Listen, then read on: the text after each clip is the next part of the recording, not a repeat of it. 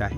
Primero reforzamos temas interesantes y sobre todo descubrimos una mejor forma de comunicarnos entre equipo. Creo que sacamos experiencias valiosas y esto ayuda mucho a un mejor entendimiento.